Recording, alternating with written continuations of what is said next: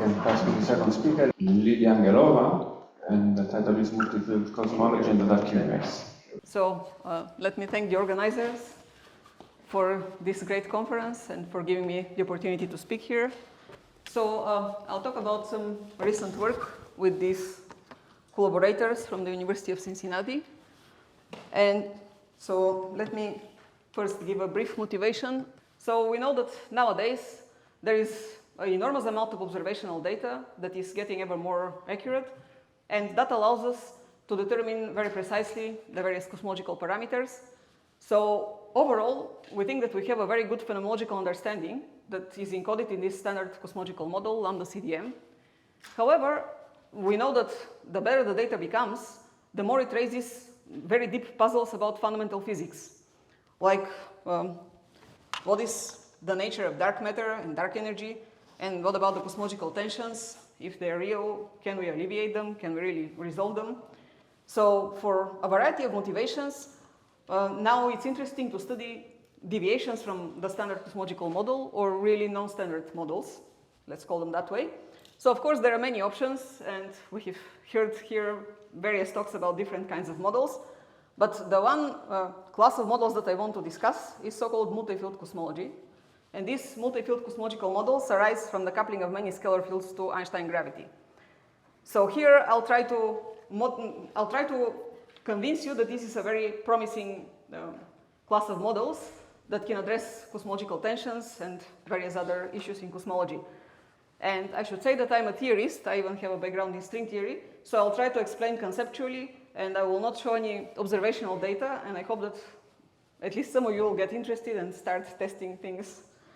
So don't ask me about data, is the point. So let me say first, why am I interested in many scalars instead of just one? Many people are familiar with standard cosmological inflation models or even quintessence models that have just one scalar. So why would anyone go to more than one scalar, since one seems the simplest option? But in fact, there are many motivations, both from theory and phenomenology. And on the theoretical side, there are various recent discussions and considerations that are encoded in this word swampland. So these are some arguments about what criteria effective field theories have to satisfy in order to be compatible with quantum gravity. And so those constraints are actually very severe on the potential in single field models. They are almost ruling them out. Whereas in the multi-field case, I'll show in a few slides that it's very easy to overcome those constraints. So it's not a problem. You're not in a swampland with a multi-field model. Also, in various string modifications, usually, well, in fact, always you get more than one scalar, usually even number, and it's very difficult to have only one single scalar to be light. So it's very natural from considerations about compatibility with quantum gravity to have more than one scalar. And also phenomenologically, in such multi-field models, you can produce non-Gaussianity of primordial perturbations, and how much depends on the model, but that's something that single-field models cannot give.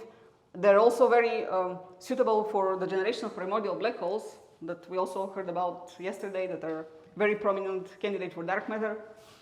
And again, in a few slides, I'll mention how that comes about. And the specific topic I want to discuss here is, in fact, a new class of models of dark energy, which is in this latest motivation, that one can realize cosmic acceleration on steep potentials. In the single field case, again, that's not possible. You need very flat potentials, so that is a big issue. So for all these motivations, it's interesting to study models with multiple scalars. So here's the plan. First, I'll try to give some main characteristics of these multi-field cosmological models and explain various qualitative features. And so I'll focus on the case of two scalars, since this is the simplest generalization beyond one, but it's still already very rich and has qualitative differences with the single scalar case. And in fact, the main differences, the main qualitative difference with the single scalar models comes from this so-called rapid turn regime. So this is the regime in which the solutions of the equations of motion in field space are strongly non-geodesic.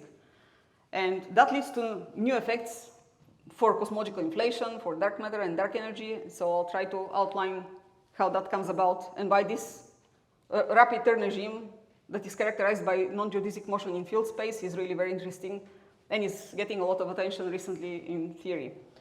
And so then I'll focus finally on the new research that I and my collaborators have done, which is on a particular model of late dark energy.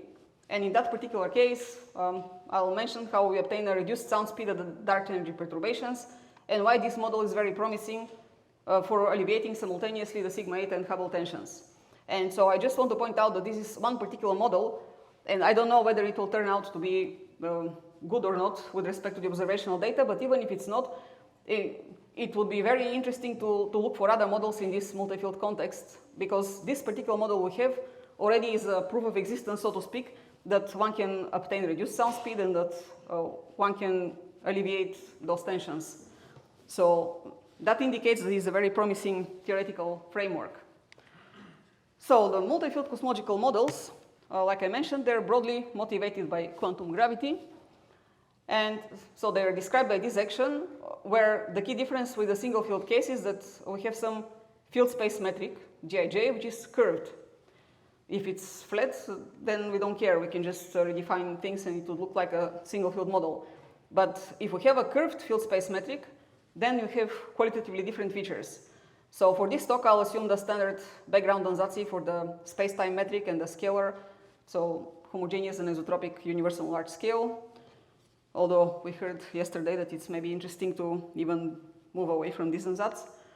And again, let me underline why the multi-field case is qualitatively different from the single field case. So when you have just a single scalar, you can always redefine the kinetic term to make it canonical, and so the whole complexity of the model is contained in the potential. That's the main characteristic of the model. But in the multi-field case, when you have a curved metric on field space, you cannot redefine away curvature by any redefinition of the coordinates. So that's when the kinetic term becomes truly essential. It brings new qualitative features that did not exist before. And so in this multi-field case, one can have genuine multi-field trajectories in field space of solutions of the equations of motion, even if the potential does not depend on some of the scalars. And the key new feature is that one can have non-geodesic motion in field space. And the new effects are due to these features. So to introduce the novel effects, let me briefly introduce some main characteristics of the background trajectory. So background, that means the trajectory of the solutions of the background equations of motion in field space. And that's the background trajectory for the two-field case from now on for simplicity. I'll discuss only the case of two scalars.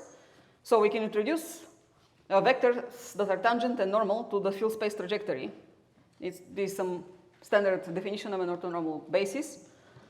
And so then, in terms of those vectors, we can introduce the quantity called turning rate, which measures the deviations from a geodesic in field space. And it's some kind of a generalization of angular velocity in this curved background. And then one can introduce the slow roll parameters for this multi-field case. They were mostly introduced and studied in this paper, although there might have been other references. So the epsilon parameter is pretty much the standard parameter that one has just in, say, single field inflation.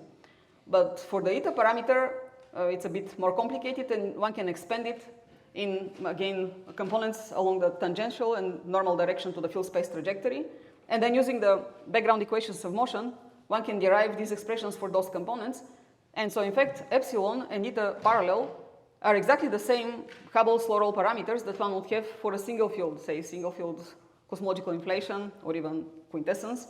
These are the standard parameters. So the new quantity that qualitatively distinguishes the multi-field case is this eta perpendicular.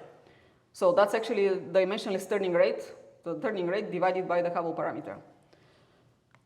And so in the past, people actually thought that to have perturbative control and phenomenological interest, one should study the case when you have slow roll and also slow turn. So people have studied cosmological models with more than one scalar many, many years ago. But like I said, they were focusing on this case when everything is small compared to one.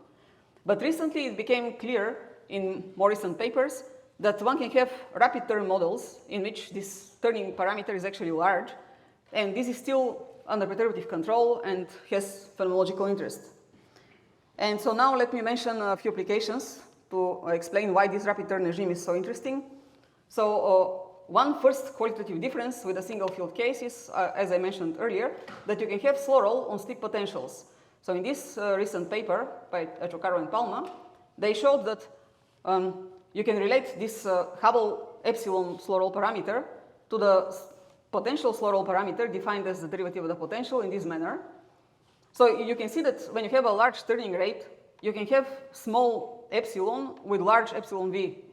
So you can have a slow roll space-time expansion while your potential is not flat. The two become decoupled. And that's how you can avoid all the swampland constraints that were basically forcing the potential to be very, well, they were having contradiction with the requirement for the potential to be very flat.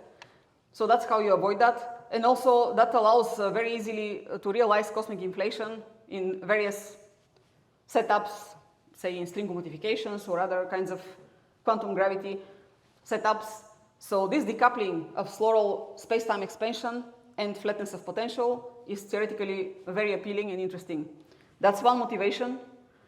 Another, again, I already mentioned, is the primordial black holes, which are a very natural candidate for dark matter, and perhaps now among the most prominent candidates for dark matter. And we heard yesterday there are many mechanisms to generate them, but one mechanism, one possible generation mechanism is from large fluctuations during cosmological inflation. And so in the case when you have a single field cosmological inflation, a single inflaton, in fact it turns out that it's very difficult to generate primordial black holes, pretty much not possible unless you do some strange things with the potential. And maybe that's why this was not very fashionable some time ago. But now, when this rapid turn regime became interesting, people realized that in a two-field case already, you can have very easily the necessary enhancement of the power spectrum of the curvature perturbation. So that's the relation. P0 is, say, the level of the CMB perturbations. So because of this factor that contains the turning rate, if you have some brief rapid turn in the field space trajectory, you can easily achieve the enhancement of 10 to the 7th order that is necessary for primordial black hole generation from large fluctuations during inflation. And this was realized and investigated in these recent papers, and that's me, just to point out. And so finally, the other interesting application of the multi-field case that again leads to qualitatively different features is about multi-field dark energy. So the key characteristics of a dynamical dark energy are the equation state parameter and the speed of sound of the dark energy perturbations. And in single field models, more famously known as quintessence, the speed of sound is basically 1, because you can always redefine the scalar again to make the kinetic term canonical, and so the speed of sound is always 1. And so in that case, you cannot have any observational distinctions from a cosmological constant unless the equation of state parameter is very, very significantly different from -1. So if you want to be kind of close to lambda CDM, you cannot really distinguish whether you have quintessence or a cosmological constant. It's phenomenologically the same. But in the multi-field case, that's not true anymore. It was realized in this recent work that even when the equation of state parameter deviates from -1 very little, still you can have a reduced speed of sound of the dark energy perturbations. And in that case, you can have observational distinctions between such dynamical dark energy and a cosmological constant. And so that's the interesting case in which the model I'll discuss will fall. So now, before getting to my model, let me briefly mention something about finding solutions to the background equations of motion. So we have the background equations of motion for the scalars and the Einstein equations with this ansatz for the homogeneous and isotropic space-time metric. And so in principle, this is some complicated coupled system, and there are many, many numerical studies in the literature, and any choice of field space metric and potential gives you a different model. And so in this recent work with these collaborators, we studied a particular method that allows one to find explicit analytical solutions. And having analytical solutions is useful for understanding better the physics of the model. So in fact, this method uses hidden symmetry, and that's not new. We just applied the method to the two-field cosmological models, but it was studied and developed a lot in the context of extended theories of gravity by a whole series of papers, and there may be many more, not just those that I've mentioned. So, but in our case, the application of this hidden symmetry method, which is just a technical tool, but a very powerful one. So you impose hidden symmetry, and then you find some restrictions on the potential. So that chooses only some scalar potentials that are compatible. And also then you can use this hidden symmetry to simplify a lot the equations of motion by transforming to generalized coordinates that are adapted to the symmetry. And so using that, we were able to find the most general hidden symmetries for the case when the field space metric is of this form, rotationally variant. And we proved that this has to be a hyperbolic surface. And so then, in this other more recent work with these other collaborators, using this method of hidden symmetries, we were able to find a 4-parameter family of exact solutions to the background equations of motion in the case of choosing the field space metric to be the Poincare disk, which is the simplest hyperbolic surface, and the potential to deviate somewhat from the functional form determined by hidden symmetry just by some constant. And these are the field space trajectories of those exact solutions. So they're spiraling in towards the center of field space. This dot is some initial position, some initial condition. And so in this class of exact solutions, the field space trajectories are always rapid turning, and the space-time solutions are tending towards the Sitter space. So as backgrounds, they are not that different from the cosmological constant. But like I mentioned before, on the level of the perturbations, one can have truly distinguishing features. So in this more recent paper, actually on the archive it's from November 23, but that's 24 is when it got published. In this recent paper, we studied perturbations around that class of exact solutions that we found in a previous paper. And so that's the key distinguishing feature between a cosmological constant and the dynamical dark energy, that dynamical dark energy can fluctuate. And so we found the speed of sound of those perturbations, and you can see that if you have a large turning rate, the speed of sound can be significantly reduced. And so that has some effects on clustering. Since I'm running out of time, let me skip briefly here. So it turns out, surprisingly, that we get some kind of a clustering scale that it doesn't depend on any other parameter of the model. It's just in the rapid turn regime, it's kind of a constant between 6 and 7 gigaparsec, which may be good or may be bad, I don't know.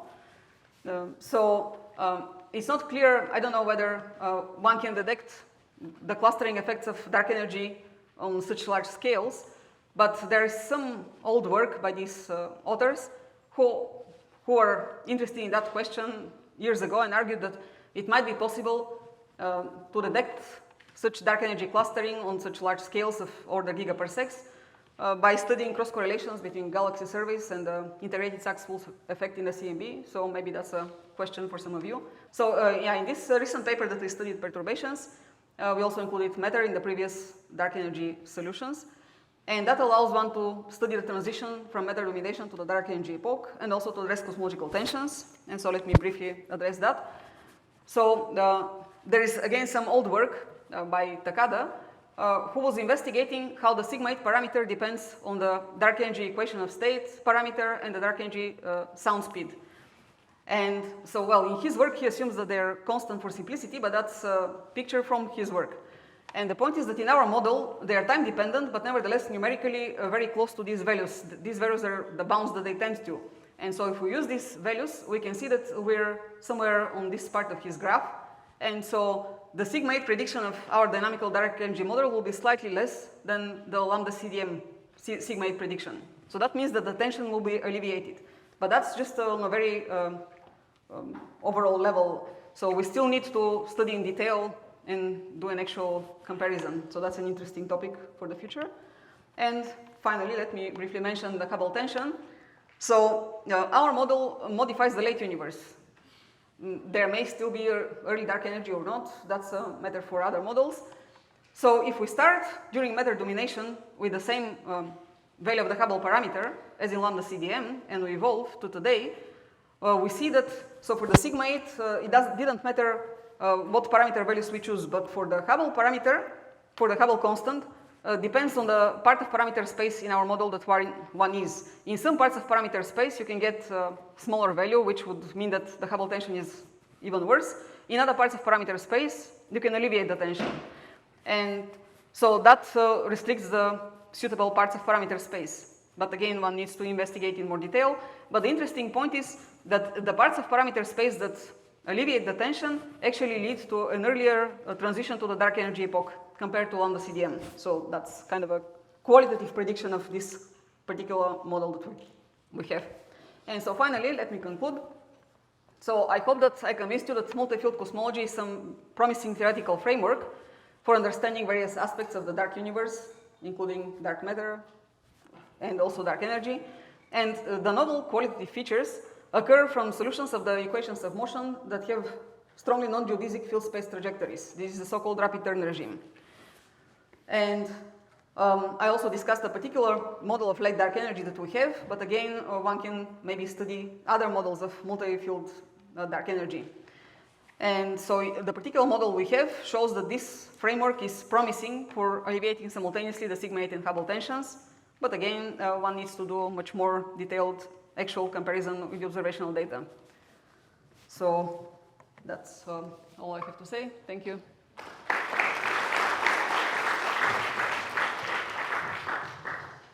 Questions? Thank you, Lilia, for this nice presentation. I would like to know what are the kind of hidden symmetries you use to obtain your exact solutions? Are there some groups, transformation groups, precise? Well, the hidden symmetries, if the question is more mathematical, they're related to Hesse manifolds. So the point is that if you just impose the condition to have a hidden symmetry, first you take the full Lagrangian and substitute this ansatz with a homogeneous space-time metric.